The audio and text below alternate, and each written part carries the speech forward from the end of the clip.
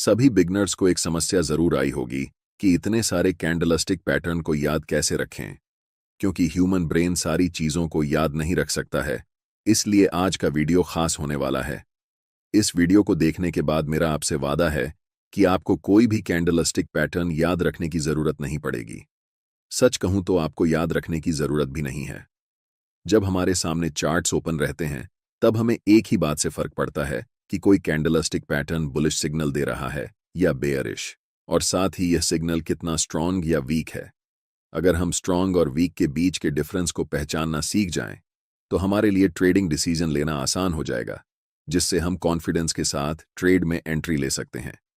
सबसे पहले candlestick formation को रिवाइज कर लेते हैं, तभी हम यह कॉन्सेप्ट अच्छे से सीख पाएंगे। अगर किसी कैंडल का ओपन नीचे है और क्लोज ऊपर है तो उस कैंडल का रंग ग्रीन होता है और जनरली ग्रीन कैंडल बुलिश होती हैं। लेकिन अगर किसी कैंडल की ओपन ऊपर होती है और क्लोजिंग नीचे होती है तो उस कैंडल का रंग रेड होता है और रेड कैंडल जनरली बेयरिश होती हैं। कैंडल के सबसे ऊपरी लेवल को हाई कहा जाता है और सबसे निचले लेवल को लो कहा जाता है, और इन दोनों के बीच की डिस्टेंस को कैंडल रेंज कहते हैं, यानी उस पार्टिकुलर टाइम में प्राइस कितना ऊपर और कितना नीचे गया।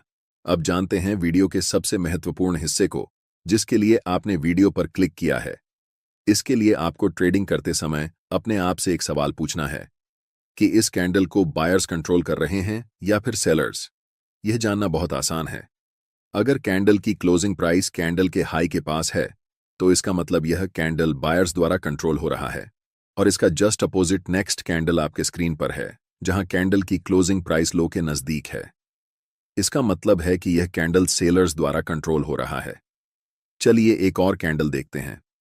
कैंडल में अगर ध्यान देंगे तो कैंडल की क्लोजिंग प्राइस न तो कैंडल के हाई के पास है और न ही कैंडल के लो के पास है। दोनों ही कैंडल की क्लोजिंग लगभग कैंडल के बीच में हुई है। इसका मतलब यह है कि इन दोनों कैंडल में प्राइस न तो बायर्स के कंट्रोल में है और न ही सेलर्स के कंट्रोल में। अब इस बात को अच्छे से समझिए कि अगर कैंडल बायर्स के कंट्रोल में है तभी आप मार्केट में बाइंग का डिसीजन लेंगे, और जब प्राइस सेलर्स के कंट्रोल में रहेगा तभी आप सेलिंग का डिसीजन लेंगे। लेकिन अगर आपको इंडिसीजन कैंडलस्टिक पैटर्न दिखता है, जिसका मतलब होता है कि कैंडल न तो बायर्स के कंट्रोल में है और न ही सेलर्स के कंट्रोल में, ऐसे समय में ट्रेड में एंट्री नहीं लेनी है। अभी तक आपने वीडियो में जितना भी सीखा है वह सिर्फ सिंगल कैंडलस्टिक पैटर्न पर अप्लाई होता है, यानी कि जिस कैंडलस्टिक पैटर्न में सिर्फ एक कैंडल होती है। लेकिन बहुत सारे ऐसे कैंडलस्टिक पैटर्न होते हैं जहां 2 या 3 कैंडल्स होती हैं। ऐसे समय में कैसे पता करेंगे कि कैंडल किसके कंट्रोल में है? ध्यान से देखिए। फॉर एग्जाम्पल, हमें पिछले 3 कैंडल को एनालाइज करना है और पता करना है कि ये 3 कैंडल किसके कंट्रोल में है। तो बिगनर्स कुछ इस तरह से एनालाइज करते हैं। इसके लिए वह सबसे पहले लास्ट कैंडल को देखते हैं। इस कैंडल में क्लोजिंग प्राइस हाई के पास है, जिसका मतलब होता है कि इस कैंडल को बायर्स कंट्रोल कर रहे हैं। लेकिन अगर आप लास्ट थर्ड कैंडल को देखेंगे तो आपको मालूम होगा कि इस कैंडल की क्लोजिंग प्राइस कैंडल के लो के पास है। इसका मतलब है कि इस कैंडल को सेलर्स कंट्रोल कर रहे हैं। अगर आप ऐसे सोचेंगे तो मार्केट आपको कंफ्यूज कर देगा, इसलिए हम इन तीनों कैंडल्स को सेपरेटली एनालाइज करेंगे। सबसे पहले इन तीनों कैंडल्स में हम यह जानेंगे कि किस कैंडल का हाई सबसे ऊपर है और वहां पर एक लाइन बनाएंगे। नेक्स्ट हम जानेंगे कि इन तीनों कैंडल्स में लो सबसे नीचे किस कैंडल का है और वहां पर भी एक लाइन बनाएंगे।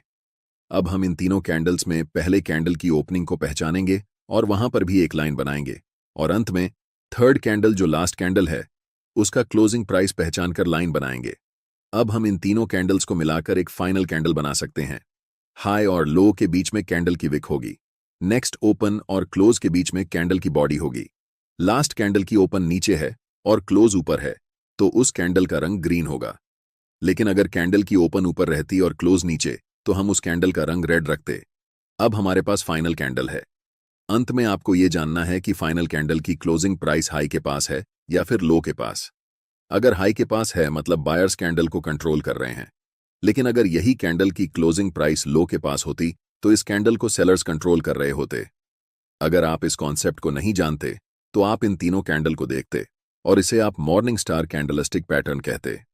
लेकिन अब इस कैंडल के नाम याद रखे बिना आप इस कैंडल को बता सकते हैं कि यह कैंडल बायर्स द्वारा कंट्रोल हो रहा है, इसलिए हमें यहां पर मार्केट में बाइंग डिसीजन बनाना चाहिए। एक बड़ी गलती जो लगभग सभी बिगनर ट्रेडर्स करते हैं। इस उदाहरण को ध्यान से देखिए। चार्ट्स में लास्ट दो कैंडल ग्रीन कलर के बने हैं। ऐसे में आपको लग सकता है कि यह कैंडल्स बुलिश कैंडल हैं और आप बाय ट्रेड का डिसीजन बना सकते हैं। लेकिन अब आप ऐसा नहीं करेंगे। यहां पर लास्ट सेकंड कैंडल एक बुलिश कैंडल है जिसे हम मारुबोजू कैंडल के नाम से जानते हैं, और लास्ट कैंडल भी एक बुलिश कैंडल है। लेकिन जब इन दोनों कैंडल्स को हम मिला देते हैं तो यह बुलिश कैंडलस्टिक पैटर्न नहीं बनता है। कैसे? इस बात को ध्यान से देखिए। सेकंड कैंडल की ओपनिंग प्राइस नीचे है और लास्ट कैंडल की क्लोजिंग प्राइस लगभग उसी लेवल पर है। इन दोनों कैंडल्स में से सबसे ऊपर है पहले वाले कैंडल का हाई और सबसे नीचे है लास्ट वाले कैंडल का लो। इन चार चीजों को मिलाकर हम एक फाइनल कैंडल बना सकते हैं। क्लोजिंग और ओपनिंग के बीच में बॉडी होगी और हाई और लो के बीच में विक होगी। कैंडल की ओपन ऊपर है और कैंडल की क्लोजिंग नीचे है, जिस कारण हम इस कैंडल का रंग रेड रखेंगे। अब आप साफ साफ बता सकते हैं कि कैंडल की क्लोजिंग कैंडल के लो के पास है। इसका मतलब कि यह कैंडल सेलर्स द्वारा कंट्रोल किया जा रहा है और अब आप यहां पर सेलिंग का डिसीजन बनाने के बारे में सोचेंगे। लेकिन जब भी हम मार्केट में ट्रेड करते हैं तो हमें सिर्फ कैंडल की सेंटीमेंट को नहीं जानना है, बल्कि उस समय के पहले हो रहे मार्केट के बिहेवियर को भी जानना है। उदाहरण के लिए, यहां पर प्राइस बड़ी बड़ी रेड कैंडल्स बनाते हुए नीचे की ओर आ रही है और लास्ट कैंडल एक स्मॉल बुलिश कैंडल बनता है। अगर हम सिर्फ इस कैंडल को स्टडी करेंगे तो हमारी ट्रेड फेल होने की चांसेस बहुत ज्यादा होंगी, क्योंकि अगर हम पहले प्रीवियस कुछ कैंडल्स को देखें तो हमें साफ साफ पता लग रहा है कि इस कैंडल के कंपैरिजन में लास्ट कैंडल की स्ट्रेंथ कुछ भी नहीं है। और ऐसे समय में सेलर्स फिर से मार्केट में अपनी पकड़ बना सकते हैं। इसलिए सिर्फ एक कैंडल को पहचान कर हम बाइंग या फिर सेलिंग का डिसीजन नहीं बना सकते हैं। एक और चार्ट देखते हैं। यहां पर प्राइस छोटी छोटी कैंडल्स बनाते हुए नीचे की ओर आ रही है और लास्ट कैंडल एक बड़ी बुलिश कैंडल बनता है। इसलिए हम यहां पर साफ साफ पता कर सकते हैं कि पिछले कुछ कैंडल्स के कंपैरिजन में लास्ट कैंडल बहुत बड़ी है, यानी कि इस कैंडल में ताकत ज्यादा है। और ऐसे कैंडल्स जब मार्केट में बनते हैं तभी हमें बाइंग डिसीजंस बनानी चाहिए। मार्केट में जितने भी कैंडलस्टिक पैटर्न हैं उनके पीछे की साइकोलॉजी यही है कि उस कैंडल को कौन कंट्रोल कर रहा है। बायर्स कंट्रोल कर रहे हैं या फिर सेलर्स कंट्रोल कर रहे हैं। आशा करता हूं कि अब आपको कोई भी कैंडलस्टिक पैटर्न याद रखने की जरूरत नहीं पड़ेगी। और अगर फ्री में प्राइस एक्शन सीखना है तो चैनल को सब्सक्राइब जरूर कर लें।